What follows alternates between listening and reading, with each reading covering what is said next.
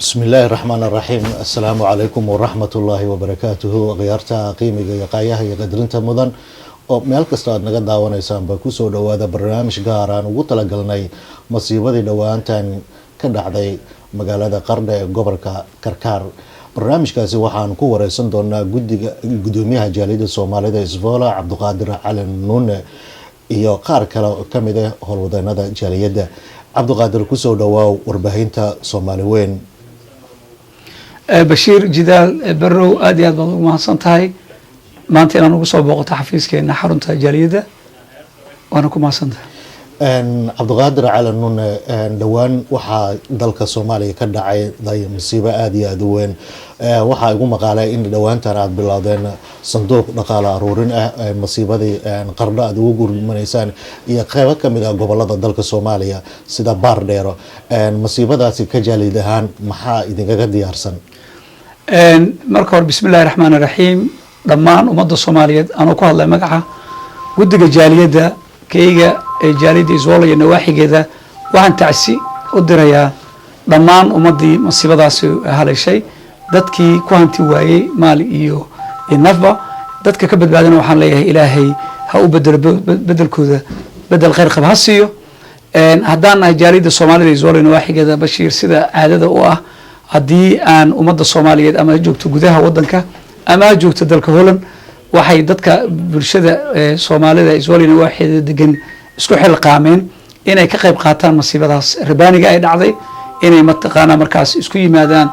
sida daraadeedna ay mataqaana u bilaabaan inay garab istaagaan walaalahood Soomaaliyeed ee gobolka Karkar ee magaalada madaxdiisa Qardho dhibaatada ka dhacday dhawaan sida daraadeedna waxa loo sameeyay gudiyo qabaqaabo u aruuriya dhaqaale ee sida uu dhaqsaabad ku gaarsi doono waa tahay magaalada Qardho masiibada runtii waa masiibo rabaani oo aan la filaynin marka ka jaalid ahaan hadda maxaa idin qorsheysan ay rabtaan in aad ku dhaqaaqdaan mid ugu horeysa dadku jaaliyadda gudiga ka tirsan waxay ay u soo dadaaleen ay qabteen in sida ugu dhaqsaha badan ay u aruuriyaan dhaqaalahaasna sida ugu dhaqsaha badan loo gaarsiyo walaalaheena Soomaaliyeed ee magaalada Qardho ku nool ta kalena waa bil Ramadaan anagoo ka faa'iideysanayna fadliga bisha Ramadaan ay leedahay ayaan waxaan rabnaa dadkeena Soomaaliyeed ee magaaladaas ku dhibaatooday inaan sida ugu dhaqsaha badan dhaqaali loo soo ururiyo loo gaarsiiyo haduu la yiraahdo dhawaan magaalada Qardho masiibadaasi kadib qoys badan ayaa dadkooda ku baabay sida gabar la sheegay in ayada caruurteeda halkaas biyaha ay qaadeen ka jaaliyad ahaan maxaa idin qorsheysan waxaad inoo sheegtay in dhaqaalaad aruurin doontaan ma Isvola kaliya dhaqaalaad ka aruurinaysaan mase magaalooyinka Isvola iyo nawaaxigeeda Isvola jaaliyadda waxay ka tirsan tahay jaaliyadaha Soomaalida ugu facaweyn ee ka tirsan wadanka Holland markii masiibadaasi ay dhacday waxa gudiyada jaaliyadaha Soomaalida ay ku midaysan waxay qabteen conference ku saabsan telefoon isagana oo isku wacdi gelin in dhammaan dhibaatadaas dhacday laga qayb qaato magaalooyinka ugu badan ee wadanka Holland waxa looga istaagay sida magaalada Isvola iyo nawaaxigeeda in loo aruuriyo dhaqaalo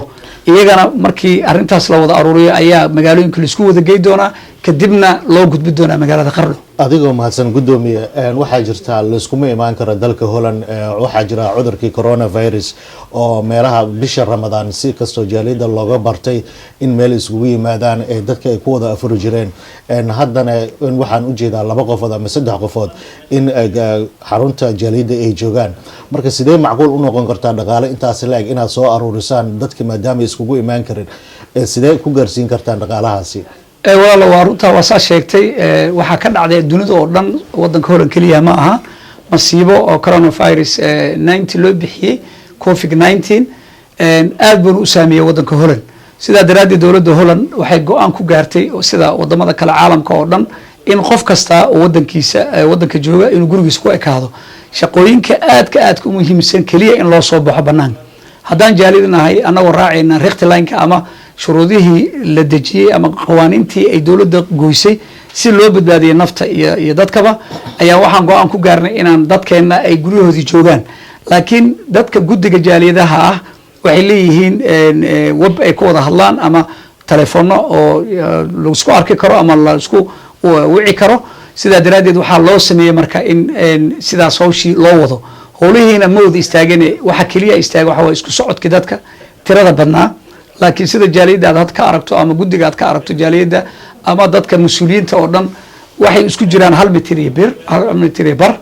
oo ah waa sida shuruudda loo gooyay in qof kasta oo qofka kale u dhow inuu u jirsado marka hawshii sidii dhaqaale ururta sideeda loo wadaa midda kale waxaa jirta wadankan uu ka fudud yahay nidaamkii gacanta lagu qaadi jiray way fududaa lahayd in qofka loo tago oo lacag laga doono hadda laakiin hab nidaam bangi ah ayaa jira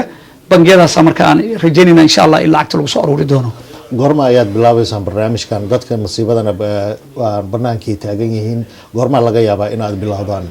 dabcan waxay ku xiran tahay hadba sida ay dhaqaalaha ay u soo wada xaroodaan iyo dhammaan jaaliyadaha gudiyadooda oo ayagana isku yimaada ama iska wargeliya kadibna sida ugu dhaqsaabdo waxaan rajaynaynaa biidnillah intaysa bisha dhammaan in lacagtaani dadka u tagto jaaliyadda ma leh miyaa wax akoon oo dhaqaalaha marka masiibooyinkan yimaadaan noocaan ay horey usii furdaamiso si mar labaad akoonkeeda dib ay ugu soo laabato ma leh miyaa jaaliyaddu waxay ku shaqaysaa waa programyo ama dawli ah laga qaado ama shakhsiyaad jaaliyadda ka tirsan ay aruuriyaan marka dhaqaale hadda aan dhihi karno isla marka waa diri kartaan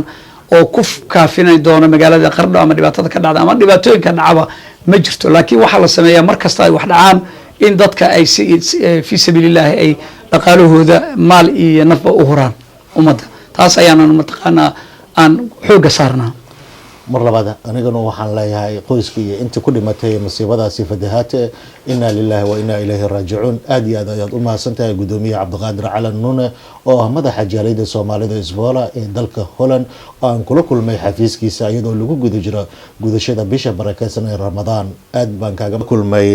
Cali Cabdullaahi Sandheer oo kamid ah korneel ciidanka xooga booliska Soomaaliyeed oo asagana kamid ah guddiga jaaliyadda Soomaalida oo aan kula kulmay magaalada Isboole ee dalka Netherland ku soo dhawaa korneele barnaamijkan tabarucaad lagu aruurinayo fatahaadiyadii dhawaantan ka dhacday magaalada Qardho ee gobolka Karkaar iyo gobolada koonfurta Soomaaliya Bashiir waa ku dhawaay korneele waxaad ka mid tahay in badan waa usoo joogtay dalka Soomaaliya xiliyadii dowladii hore weli ma ka dhacday masiibooyin noocan la mid ah dalka Soomaaliya sida fatahaadyadan wabiyada sida masiibada dhawaantan ka dhacday Qardho balligaasi soo fatahay bismillaahi raxmaani raxiim Bashiirha waa runta way aragan u ahay muddo badan maxay wadanka ka soo shaqeeyay masiibada noocan oo kale inta badan waxay u badnaan jirtay fatahaada wabiyada gaar ahaan waliba webiga Shabeelle ay u badnaan jirtay hadda nasiib daro waxa ku sii kordhay webiga Jubba oo aan markii hore fatahaad fara badan uusan lahaan jirin iyo hadda masiibadan hadda ka dhacday oo togan hadda oo magaalada Qardho oo gobol Karkaar ka tirsan Puntland oo togaas oo magaalada dhaxmarayo dhibaatada u geystay marka waa sax marka ka dowlad ahaan xilligii xukuumadii Maxamed Siyaad Barre magaalada ama bari ama Puntland ama goboladaasi ama koonfurta sida webiga Shabeelle ii sheegtay in fatahaadiyadaasi ay ka dhici jireen marka Qardho iyo gobolada baliyadaasi ma soo rogmani jireen xilligii dowladii hore ee kacaanka waxa waaye xilligii hore oo dowladii hore kacaanka dowladda ka jirtay muxuu ahaa togaga fatahaadooda oo gobolkaas bari iyo aagaas togaga fatahaadooda aad bay u yaraan jirtay ma badnaan jirin waxaa fatahaadu aad u badnaan jirtay gaar ahaan u badnaan jirtay webiga sida webiga Shabeelle ay u badnaan jirtay taasna dowladii markaas jiray sida runta ah si fiican ba wax looga qaban jiray waa loo gurman jiray waxaan kaliya xusuustaa muxuu ahaa gobolka waagaas oo maxay dhahaan bari duufaan mar ka dhacday 70meedii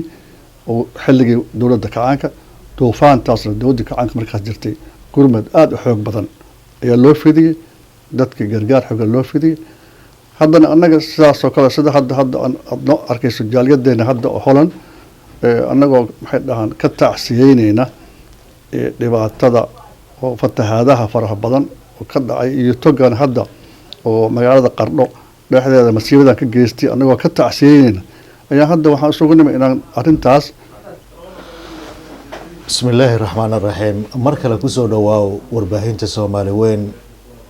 مدن جامع او كمد هاي قدقة جالية سومالي دا إزبالا ينواحي جيدا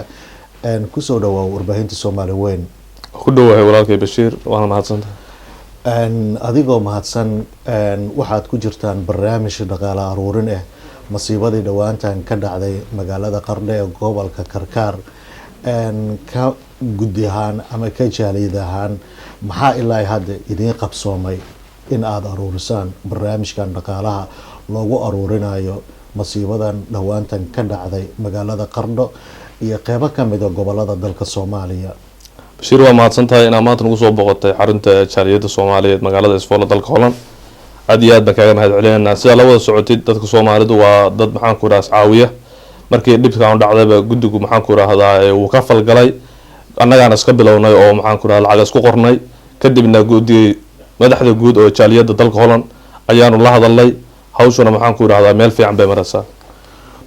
waa gartay ilaa haat mise qoys ayaad u tagteen ama aad la xiriirtaan si aad barnaamijkan u sii dardargelisaan oo dhaqaalaha aad u gaarsiisaan. sida aad ogtahay waxaa iska jira xanuun safmara oo la isuma tegi karo laakiin dad badan telefoonaan ku wada hadalnay dad badanna ballanqaad baanu ka haysanaa dad badanna maxaan ku raahdaa waanu wada hadalnay marka insha Allah waxaan rajaynaynaa inaan waqti fiican aan arrintaas soo gabagabayno. goormaa laga yaabaa in aad ku dhaqaaqdaan maadaama lagu guudo jiro bishii barakeysneed ee Ramadaan meelihii shaqooyinkan ay iska xiran yihiin marka arrimahaasi goorma ayaa laga yaabaa in aad barnaamijkan aad soo afmeertaan hadduu Ilaahay yiraahdo. arrintaa waa guda galnay Bashiir waana ku jirnaa waa wadnaa Ilaahay hadduu rabbeedmo waxaan jecelnahay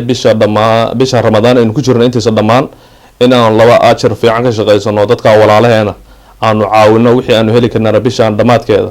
aanu ku dadaalna inaanu dalka u dirno haddii rabbeedmo. sanduuqan dhaqaale aruurinta ma Isfoola kaliya ayuu ku egyahay mase Isfoola nawaaxigeeda ama dalka Netherland ama Holland. waa dalka Netherland oo dhan madaxdii guud oo jaaliyadda wada kulantay gudoomiyihii ugu sareeyay dalka Holland oo jaaliyadda aan la hadalnay waa dadka Soomaaliyeed oo dalka degan oo dhan sida qeyladhaanta u gaadhay adduunka oo dhan ayaan Holland uga bilownay maadaama meesha aanu joognaa ku nool lahay tahay marka sidaa darteed waa dalka oo dhan laakiin magaalada aanu anagu deganahay oo guddiga aanu ka nahay magaca Soomaaliyeed aanu ku metelno baa hadda ugu badan aanu wadnaa. hadalkaadan ka dhaxgalay ee guddiga gudoomiyaha ugu sareeya yaa ula jeedaane guddiga maxaa gudoomiyaha ugu sareeya ee gudoomiyaha jaaliyadda ugu sareeya ee dalka Holland yaa ula jeeda oo barnaamijkan nagala qayb qaadanaya. tusaale ahaan dalkan waxaa jira madax guud oo dalad guud ee jaaliyadaha Soomaalida oo dhan ku midaysan yihiin oo magaalada caasimadda Amsterdam joogta mudane Cali Cabdawaare ninkaas magaca guud oo jaaliyadda daladii guud oo Soomaalida maxaan ku metela ninkaasaana maxaan la wada hadalay jaaliyad kasta oo gobol kasta ka dhisanna waxay hoos tagtaa guddiga guud ee jaaliyadda maxaan ku rahaa Soomaaliyeed. guddigaasi ma wadaan barnaamijkan dhaqaale aruurinta ayaga qudhooda ma isku xil saareen in ay gaarsiiyaan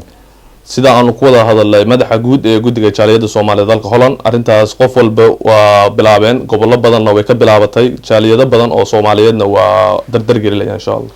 aad iyo aad ayaan kaaga mahadnaqayaa jaamac oo ka mid ah guddiga jaaliyadda Soomaalida Isfoola iyo nawaaxigeeda oo dhawaantan uu horeeyay warbaahinta Soomaali weyn aad baan kaaga mahadnaqayaa jaamac Ramadaanul Mubaarak. Ramadaan wanaagsan maasanta walaalka adiga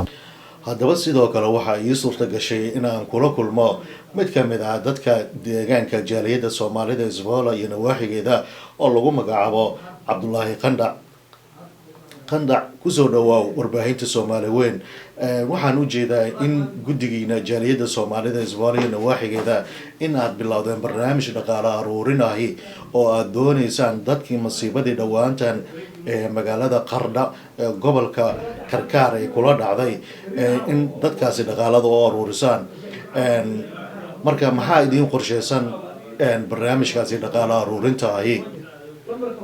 بسم الله وما سنت بشير هذيك معناها بعد صحافة الصومالي وين بقى أنا وقف في سنة صحافة وقت جانس كان لك كل ماي أرتكوا وحنا تعسيني يا تذكير دمان يريودي قردو تقاس حوق بدن inta ku hanti beeshayna waxaan leeyahay waa tacsiinayaa inta ku dhaawacantana waxaan leeyahay Allah caafiyo inta dhimantana Allah naxariisto intii ku hanti beeshana waxaan leeyahay ilaahay bedel khayr qabo Allah siiyo inta ku howlan hadda anagu aan ka midnahay oo waqtigooda geliyay iyo wax dheefkoodana ku daray waxaan leeyahay horta ilaahay حساب جلاه معناها حسي معناها إن سمر يكون دلالان يو معناها إن كرسوني كلام حق ربي مركا عادي هذا ما سيده marka ma isboolo qura ayaa dhaqaalaha ka aruurisaan ama meel kasta ayaa tegaysaan oo ka dhisan gudaha dalka Holland isboolo waxay leedahay waa gobol tuuliyal badan ayuu leeyahay waxaan ka aruurinaa oo isku dayaynaa haddii alla idmo sidii hore waan u samayn jirnay waxaan isku dayaynaa in aan helno gobolka dhexdiisana waan ka aruurinaa gobolada tuuliyal ku dhegan waan ku aruurinaynaa waana wax oo hore u soo jiray oo wax anaga nagu cusub ma aha balsiibooyin badan oo Soomaali ka dhacay muqdisho ka dhacay oo ka dhacay balcad ka dhacay oo wigi wixii dhan ayaa hore u soo sameeyay wadadka isku xirna jamaaca alxamdulillah Soomaaliduna sida badan aad ay isugu danqataa xilliyada noocan ah anagoo ka faa'iideysan bisha Ramadaan iyo maarta alxamdulillah waqtiga oo macnaha dadka hadda cudurka hadda safareenka ka dhacay adduunka oo dadka ay joogaan wali guryahoodana oo qofka sida badan telefoon lagu heli karo haddana alxamdulillah rabbil caalamiin marka waxaan isku dayaynaa inaan raadino dadkii anagoo haysan magacyadooda in badan oo inta 5 sano 6 sano aan ka shaqeeyeen waxa kan alxamdulillah ilaahna waa nagu guuleeyay marka insha Allah biidillah karim waxaan jecelnahay inaan macnaha door fiican oo muuqda inaan ka geysano dhibaatada ka dhacday qardo aad iyo aad ayaad u mahadsan tahay Cabdullaahi Qandac oo ka mid ahaa jaaliyadda Soomaalida Soomaaliya nawaaxigeeda una waramaya warbaahinta Soomaaliweyn Qandac aad baan kaaga mahadinayaa